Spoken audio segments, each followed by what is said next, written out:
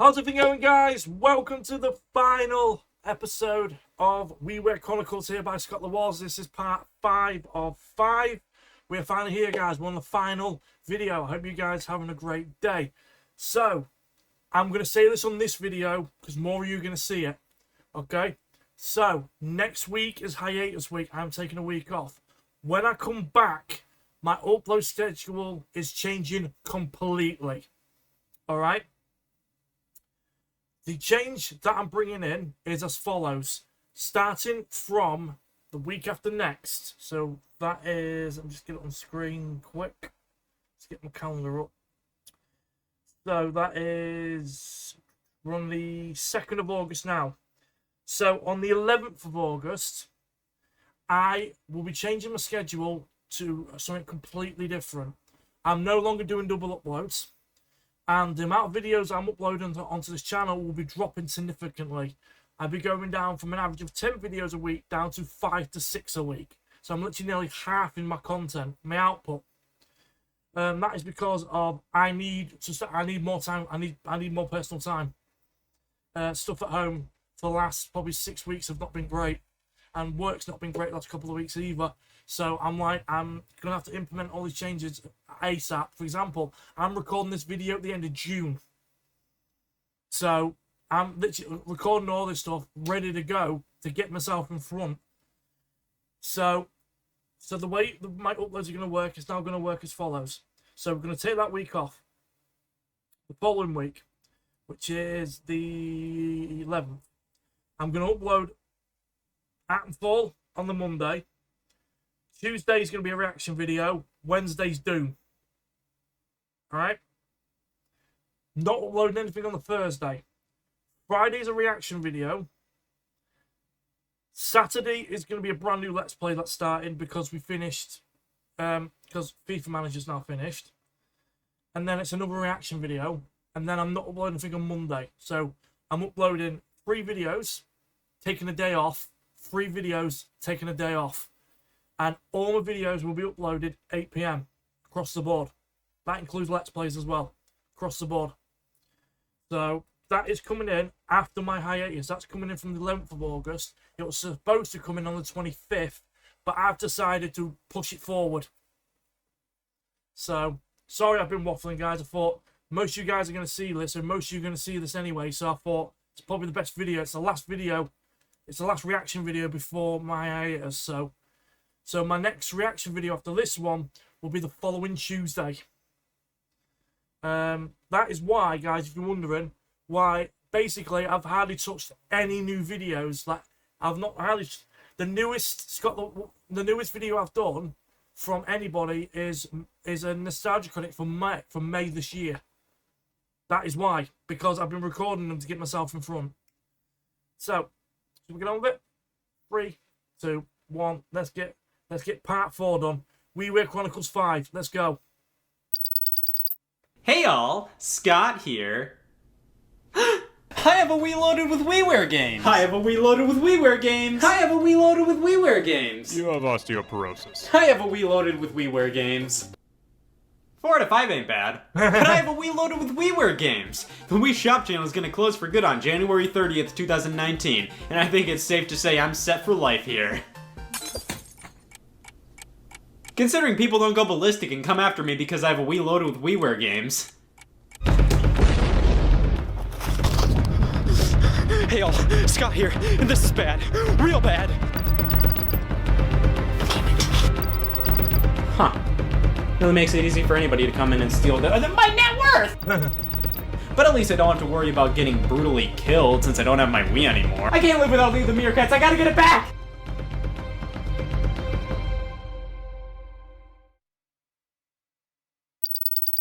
January 25th. No, you got it back, did he? Yeah, this is officially overstayed its welcome. I've been looking for my Wii for the past day, but it must be like way deep and 500 miles away from here county. Oh shit, it's a Wii. This is mine! The fact of, he literally drew. I can't believe you damaged that Wii. I hope all that stuff comes out. Because, how much does Nintendo Wii's go for now? So, as of me recording this, so the prices might be different. How much is a Wii?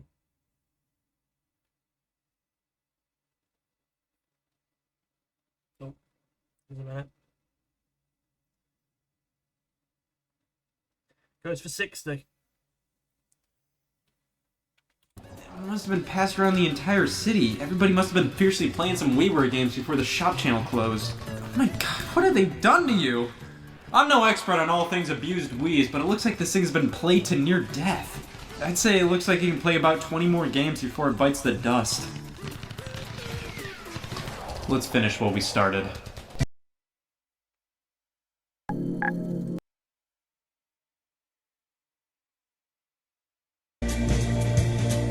Now, I've talked about 101 in 1 Megamix more so than anybody else. I've talked about it once, so why not desperately hold on to my record by talking about it again? 101 in 1 Megamix blows. I think the sequel to that, it's like one of the worst games on the Wii U, I think. This was one of the games I talked about when rifling through the worst games of all time according to our friendly neighborhood Metacritic, and yes, you've heard it here twice, folks. This game is dreadful. This is a port of a DS game, and you use the pointer of the Wii remote to— I was about to say, was it a DS game? I knew it was. I'm just seeing what the music is playing. No, I don't recognize it. do your average everyday Nintendo DS stylus things. Yeah, that doesn't work well with an IR pointer. What's easy with a stylus pen does not equal easy with a Wii remote. On top of that, the minigames themselves, they could be better. It all culminates into this heaping pile of megabytes that is by far the lowest rated WiiWare game of all time. This is something I'll be telling my grandchildren about. I might have misremembered. It actually might be this. I know there's one on Wii U that's really bad as well. Frobot was a key example of an Afro robot-based puzzle game. You control Frobot walking from room to room and effectively solving puzzles only a Frobot could solve. For some reason, this reminds me of late 90s budget puzzle games for the PC. Yeah. Oh, it's on the PC. And don't worry, Europe. It's coming. The moment I saw this thing, I knew what was bound to come. Major League Eating the game is everything the Wii bargain bin at Walmart was, but this time in downloadable form. First things first, this game has controls. We use them to play this game, and playing results in a win or a loss. Using the controller is the real deal with this game, and the graphics are really something on the screen. Ears? This game uses them by emitting sound, and don't get me started on having a As somebody who suffers from eating, who has problems when it comes to eating, for example, I can't eat. I'm not supposed to drink soda, but I am. Yeah, I'm not. Yeah, bloody. I get just looking at games like that, it gives me really bad reflux. title. This game does that, and it does it well. It's Major League Eating the game. Those 5 words do it more justice than I ever could.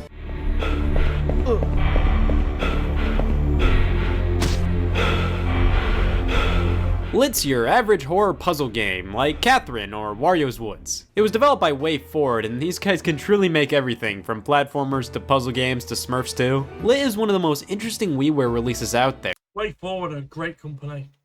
There's really not much else like it. You can only walk across lit areas of the room, and due to that, you have to find ways to use objects and the environment around you to light a way from point A to B. It's truly unique, especially considering it's a good old-fashioned everyone 10 and up horror game. Truly something we were needed more of. Video games allow you to escape from normal life, to be something you always wanted to be. With that, let's play Rock and Roll Climber.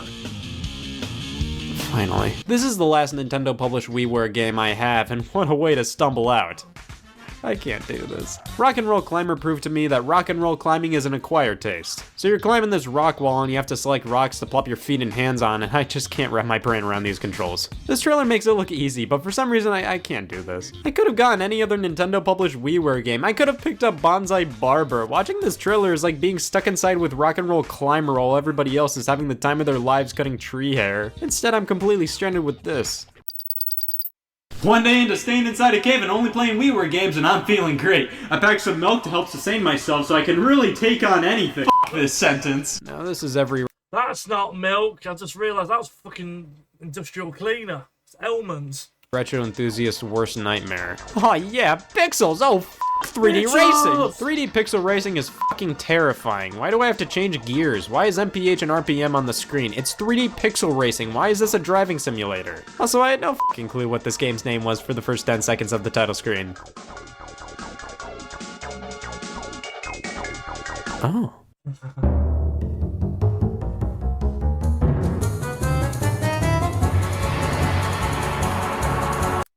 Goo is apparently a fucking great game, apparently. Now this was what you called a WiiWare game. I remember seeing World of Goo take so many Best of 2008 awards, including Best Wii Game in general some places. Keep in mind, this was the year Mario Kart Wii and Super Smash Bros. Brawl came out, so to see a WiiWare game by an indie developer be so revered was pretty wacky. World of Goo was all about making structurally sound goo bridges from one point to the next, just another Tuesday. One thing I like to see with WiiWare games is a concept that works best on the Wii console, and World of Goo is perfect with pointer functionality. At least in terms of on-home consoles. It is available on PC and mobile devices with mouse and touchscreen controls. 2D Boy and the Tomorrow Corporation are best known for World of Goo, but their other titles maintain the same cutesy but dark, morbid art style. While I played their game Little Inferno more, I still can't deny the great game World of Goo really is. Yeah. When I dog on a WiiWare game, it's because games like World of Goo really show just how quality a WiiWare game could be. Fast Racing League, Shinen Multimedia spanking Nintendo for the lack of F-Zero. This was the first in the Fast series. I'm sure most people know of it for Fast Racing Neo on the Wii U and Fast RMX on the Switch. Fast Racing League is fundamental. I bet they're actually decent little races, they are. They remind me of like Wipeout and Extreme G that I had as a kid. Extreme G was a good game. I played the first one as a kid, and I played the third one. Third one was decent. Second one I never played, which was only the 64, and XGR8. I think I owned it, but never played it. These games with WiiWare diagnosed presentation.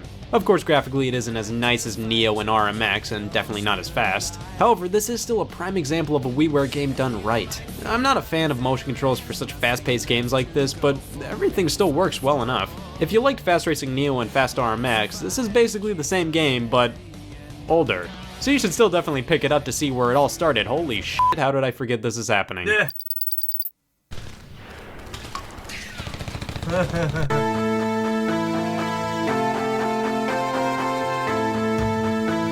Some Japanese Word was a 2D shooter where the developers asked, what if Ikaruga?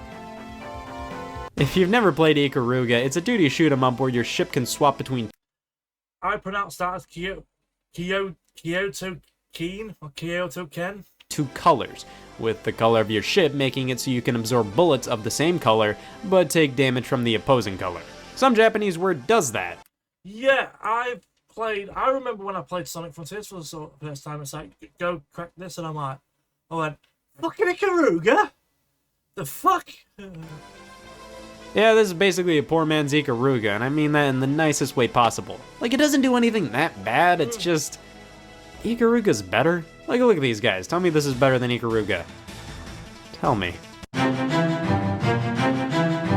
Alongside being the name of my journal, My Life as a Dark Lord was a side game in the Final Fantasy Crystal Chronicles series, and is in the tower defense genre. It's actually a fairly interesting concept. You have to manage and beef up your base as more and more heroes come in and raid it. They'll get held up by enemies you place in each story of the tower, but you have to act quickly if they defeat all the enemies on the floor by placing more enemies or more floors, while ensuring you can afford them.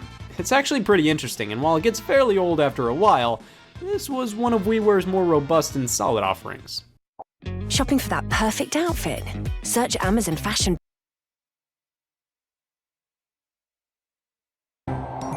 Jet Rocket was a unique WiiWare game solely because it felt like an actual game. In a sea of meerkat-leading simulators, Jet Rocket stood out as it was a 3D platformer. A pretty by-the-numbers 3D platformer, but hey, a quality 3D platformer nonetheless. Yeah. It was developed by Shinen Multimedia too, and I have to say, these guys were the kings of WiiWare. They put out the most high-quality, bang-for-your-buck titles on the service, and not once did they ask me to enjoy my massage. Chick Chick Boom! Chick Chick Boom is an interesting case of Flash game gone WiiWare. Similar to Cave Story, you could play this for free on your computer, but a WiiWare version was offered, and this is a personal favorite for many. I mean, look at this, how can it not be? It's chick versus chick, and all you have to do is outdo the other by barfing some hearty power-ups to wipe. Someone's playing Treasure Trove Code from Banjo-Kazooie. Wipe them out. Again, you could have played this for free back then, but this is a game that works pretty well on the Wii. You know, if you think about it, we don't have it that bad. Like, imagine if we were fish right now. Like, we have it good. Rage of the Gladiators is like Punch-Out! It's not as good as Punch-Out, but it's like Punch-Out! That's not to say it isn't impressive for WiiWare. Animation and model quality is top-notch for the service, and being like Punch-Out isn't necessarily a bad thing. It's just not as good. But this part was the loudest I've ever exclaimed, "Look at me go!" in my life. Racers Islands, the world is ending over this shit. Soccer Bashi, oh man, I love soccer. I love Breakout. Yeah, it's fucking Breakout. They should just make death illegal. Mix Superstar is one of the more special games on WiiWare, considering the fact it's not a game, it's a music creation tool where you can lay down tons of crazy music to make tons of big music. The full original version would allow you to export your song to the Mix Superstar website so you could save it forever, but now all this thing is good for is making a song that consists of nothing but come on y'alls. I feel like most people would immediately dismiss this application as there's not a lot of options and it's too limiting or whatever. Guys, this is a music creation tool for WiiWare. Professionals obviously wouldn't use it even if it were incredibly robust. This was for the young Wii user who might have been interested in making their own music, and in that regard, Mix Superstar succeeded. Okay. Apparently Cave Story is amazing. Never put. I think I do own Cave Story. I think they gave it away for free on Epic Game Store a few years ago. I'm sure I've got Cave Story.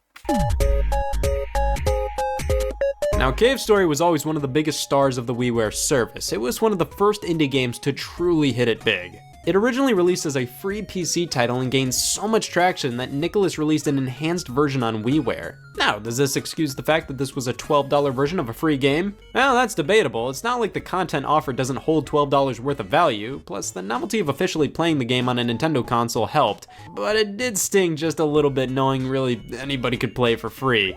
Which is why I never bought it for $12 on WiiWare, I bought it for $30 on Nintendo Switch. Fucking end the channel already! Yeah, I'm pretty fucking sure they gave it. Epic Game Store gave it away a few years ago. I'm sure they did. Fish 'Em All is an interesting WiiWare release because it just might be the one game I have absolutely the least to say about. Why is there no music? What do you want me to say here?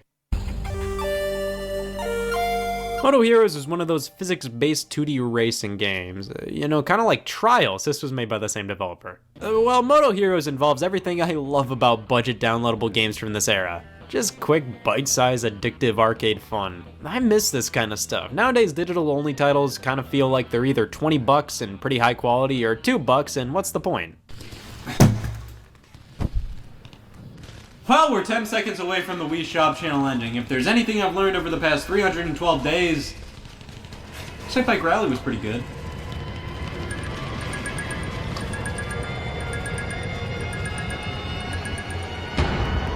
Boom.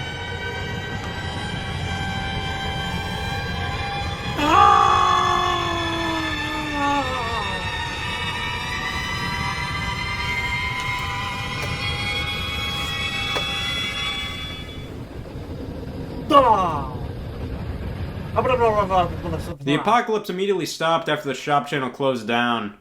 I think everybody realized who the hell wanted to play Rabbit's Lap again. But that doesn't make the channel's closure any less depressing. The Wii Shop channel was always this magical place to go when you had nothing.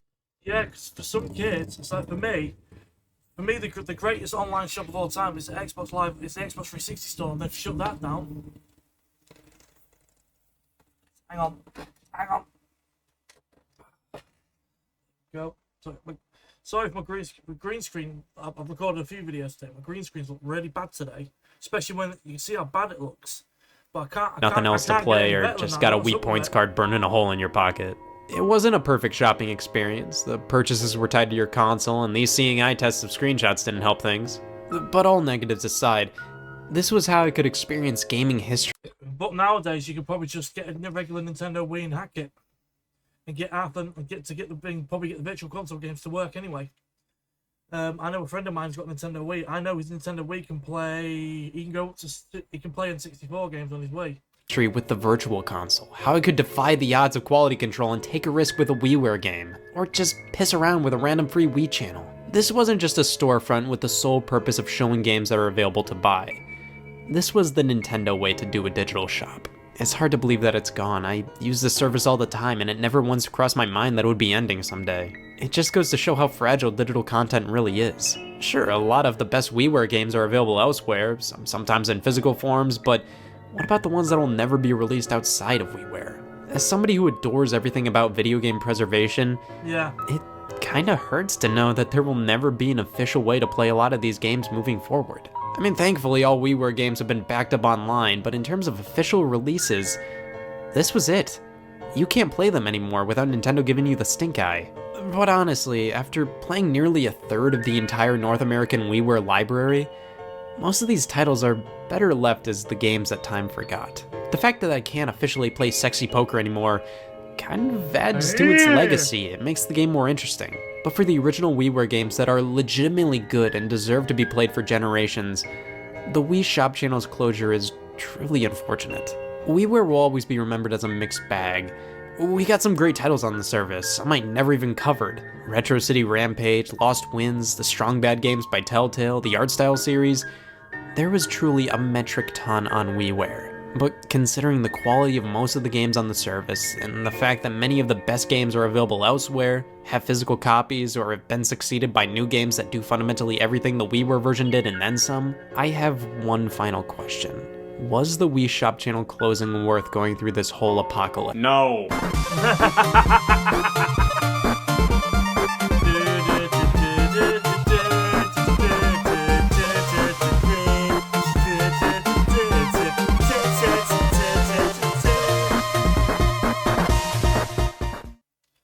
I'm pretty fucking sure I've got bloody... Oh, I didn't mean to do that. Let me just put that back on screen. I just want to check something. I'm pretty fucking sure... Free 1 hour click and collect available on thousands of selected products. Fuck off B&Q. If you guys don't know what B&Q is, closest one you've got in America is probably Home Depot. Ironically, both use orange squares in their logos. So, sorry. Damn it. I just went to double check to see if I'm pretty sure I own Cave Story, but Epic Game Store's just like, I need an update. Can you update me, please? I'm like, for fuck's sake, what? Alright, I'll update you. Oh, thank you. Right. Why they put Squid Game in Fortnite? Oh, there's free games to download.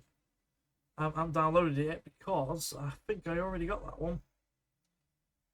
So what am I looking for? Cave Story. Yeah.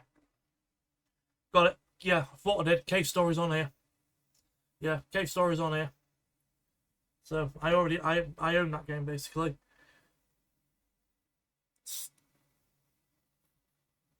So yeah, let me know guys if you played any of the games that Scott mentioned on this video. That'll be it from me for a week and a half for when it comes to reaction videos. I'm taking the next week off.